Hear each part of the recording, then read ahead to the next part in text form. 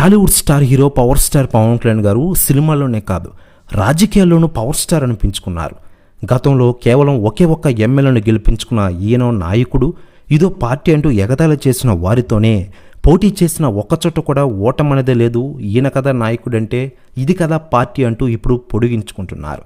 ఇలా తాను గెలవడమే కాకుండా జనసేన, బీజేపీ, తెలుగుదేశం ఎమ్మెల్యేల గెలుపులోనూ పవన్ చాలా కీలక పాత్ర పోషించారు.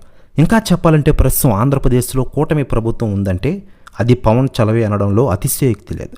స్వయంగా టీడీపీ అధినేత సీఎం చంద్రబాబు నాయుడే పవన్ కళ్యాణ్ వల్లే ఇంతటి అద్భుత విజయం సాధ్యమైందని చెప్పుకొచ్చిన విషయం మనకందరికీ తెలిసిందే. మరోవైపు పవన్ కళ్యాణ్ గారి గురించి వైసీపీ మాజీ ఎమ్మెల్యేలు, మంత్రులు పలు రకాలుగా స్పందిస్తున్న విషయం మనకందరికీ తెలిసిందే. అయితే తాజాగా మాజీ మంత్రి, మాజీ ఎమ్మెల్యే అనిల్ కుమార్ యాదవ్ గారు స్పందించారట. ఆయన మాట్లాడుతూ ప్రస్తుతం ఆంధ్రప్రదేశ్ రాష్ట్రంలో ఎక్కడ చూసినా పవన్ కళ్యాణ్ గారి పేరే మారుమోగుతోంది. కూటమి ప్రభుత్వం అధికారంలో రావడానికి పవన్ కళ్యాణ్ గారే ముఖ్య కారకుడు. డిప్యూటీ సీఎంగా పవన్ కళ్యాణ్ గారు తన హోదాను నిలబెట్టుకున్నారు.